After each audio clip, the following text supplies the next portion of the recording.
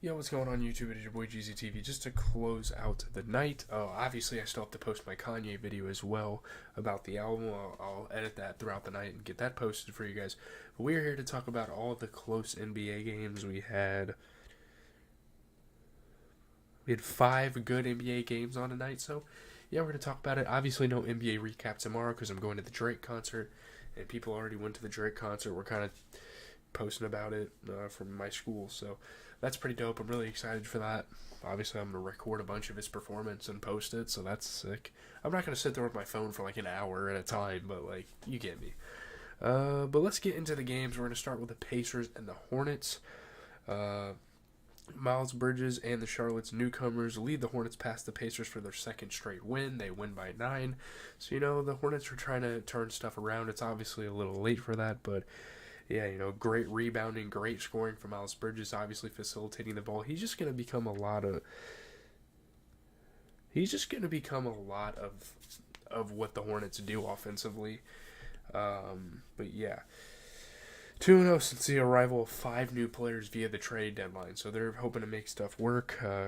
Grant Williams got a tech for hanging on the rim. That was funny. Miles Bridges with a poster. He's starting to get a poster every game, and it's super fun to watch. Aaron Naismith dunked on somebody.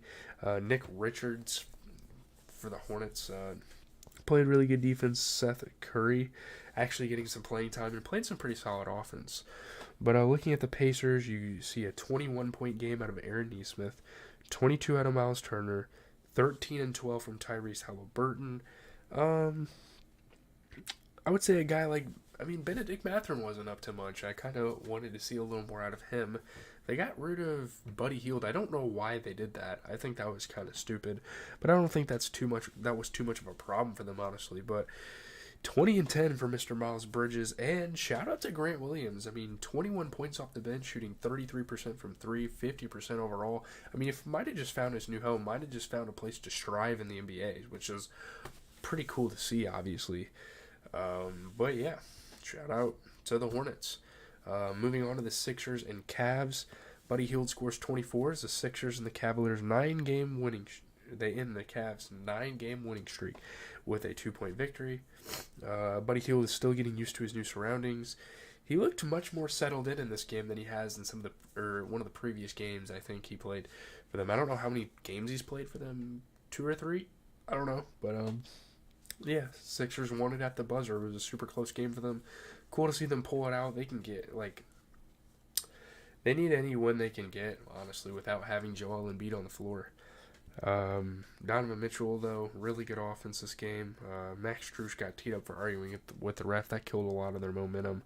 Ricky Council the fourth. I don't know who that is, but he was hitting some shots. Jared Allen was obviously really good as a rim protector.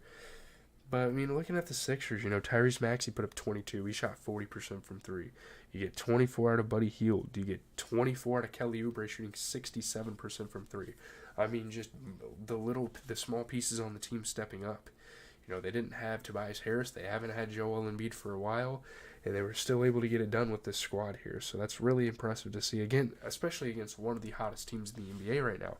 And especially because, Mobley put up 14 and 10, shot 50% from 3, 21 and 10 for Jared Allen, 21 points for Darius Garland, 36 for Donovan Mitchell. I would say Georges Niang was nowhere to be found off the bench, so I feel like that was a decent reason why the Cavs lost the game, but you can't win them all. They can't be too mad about the outcome. As we move on to Knicks and Rockets, the Knicks and Rockets game, and this is the big thing to talk about for the recap tonight. This is a team that could be mad about the outcome because Knicks lost the game because of free throws, and obviously that's a super controversial thing. But when the call is right, I think, and I'm going to stand by that here. Why has his hair been standing up on the side of my head all day? I know you guys are going to see it in my Super Bowl video and my Kanye video. Jesus criminy. But, what was it? Was it Aaron Holiday? Yeah. He's the guy on the Rockets, right? It's not Justin Holiday, is it? But Aaron Holiday's 2 free throws after the foul by Jalen Brunson give the Rockets a 2-point victory over the Knicks. The Houston Rockets got a win after a call referees said was wrong. They weren't even really sure if it was the right call, but I'm not going to lie to you. I watched the end of this game, and I think that's the right call. Obviously, it's super timely, and it doesn't seem appropriate, but like Jalen Brunson did run into him. You know what I mean? Knicks were stunned, obviously. Like Budenholzer was pissed, Brunson was pissed. I don't know. And I mean, it sucks because the play before Jalen Brunson hit a huge shot, and it's super demoralizing to just come down the floor, and you have to contest a shot, you know. But I don't know. I guess, you know, the proper closeout would have been better. I don't know. Dylan Brooks was hitting some threes. Aaron Holiday had a nasty dunk. Yeah, the Knicks kind of stormed back in this game. Jalen Brunson put up 27. He shot 33% from three. You get 17 and 11 out of Josh Hart. He shot 60% from three. You get 23 points out of Dante DiVincenzo. I would say, you know, a problem with the Knicks for a while has been their centers not being able to score, and the same thing goes with Jericho Sims. And again, without Isaiah Hartenstein on the floor, I feel like that hurts the team a lot because he's played super impactful minutes while putting up double-doubles in damn near every game he plays. So, yeah, I don't know. It is what it is. That's a thing that they need to definitely work on in the offseason if they want to even come close to contending for a title. I don't know. Looking at the Rockets, Jabari Smith Jr. had 20. He shot 33% from three. You get 23 out of Dylan Brooks, so those two are enough to get it done for the Rockets. So yeah, now we can get into the final two games of the evening. First, we're going to talk about the Pelicans and the Grizzlies. Herbert Jones has 17 points. Brandon Ingram adds 16 as the Pelicans hold on to beat the Grizzlies by 9. Obviously, you know, decent scoring from those two. Obviously not great, but good teamwork here for the Pelicans. It makes them such a good team when, you know, you can rely on other people and someone doesn't have to put up 30 every night to win the game. You know, a couple late buckets for Brandon Ingram. I mean, the shots he made were timely, so that's always good. Grizzlies have lost 9 straight games at this point. Obviously, they're looking to tank right now. I mean, they should have been doing that a long time ago with guys like Desmond Bane and Ja Morant obviously being out for the year. But yeah, Zion Williamson hit some tough shots. Vince Williams Jr. was dishing the rock around. And Zion was playing good on both sides of the ball. Jaren Jackson was hitting shots. But yeah, I mean, this isn't a great performance for the Pelicans on a win, but a win is a win. I don't even know what to say. Obviously, looking at the Grizzlies, you get 22 out of Jaren Jackson, but again, a guy like Konkar is just not it for the Grizzlies. You need Desmond Bane. You need Desmond Bane damn near more than you need Ja Morant at this point, you know? And at this point, I think Luke Kennard should get the starting spot for this team. He's a hot three-point shooter. I know you kind of want those type of players off the bench, but yeah, it is what it is. You're not going to win that many games, but in your situation. But moving on to the final game I want to talk about of the night, we have the Wizards and the Mavs. Luka Doncic records his 10th triple-double of the season. He leads the Mavs past the Wizards. They win by 8. 10th triple-double this season for him. You know, he missed 5 minutes of action after taking a charge. I mean, he had to sit out. You know, he kind of had a stinger there for a moment. Lost his breath.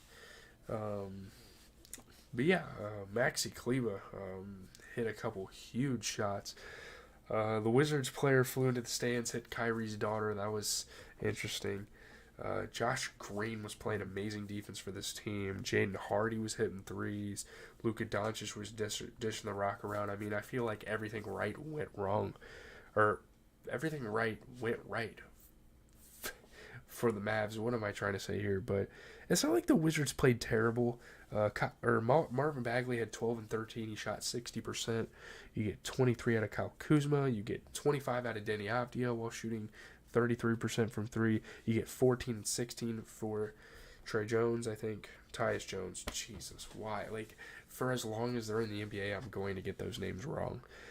But what the hell is Jordan Poole doing? What happened to his aura, man? What happened to his time in Golden State and just killing people? Like, 3 points in 27 minutes? Like, I'm tired of seeing him out there. Why don't we mix it up? Why don't we get guys like Koulibaly? Why don't we get guys like Landry Shamet in the starting lineup? Like, dude, it's so annoying. Like, and he's just so nonchalant about it. I just don't get it. It is what it is. I'm not really trying to hate or anything, but what the hell? Daniel Gafford's been a really dope help, like a really good trade acquisition for them, and I don't for the Mavs, and I don't think people realize it. 16 and 17, like there's not a center on this team that could have been doing that prior. Kyrie put up 26, Luka put up 26, 15, and 11. So they got a new big three. They're developing some things. I'm really happy to see where Dallas is. Obviously, I want Luka to find some success. He deserves it. One of the most talented offensive players in the NBA. Beginning into tomorrow's games, Thunder play the Magic. You get the Heat and the Bucks. You get the Kings and Suns. All sorts of banger games on tomorrow. Obviously, I'm not going to be able to cover it on the channel. I'm going to be technically out of town, I guess, 20 minutes away. But yeah, stay tuned. A Kanye video is going to be posted soon as well. I just got to finish, putting text on there. It's not going to be like deeply edited, not quite as much as my Drake video, even though that really wasn't even edited. But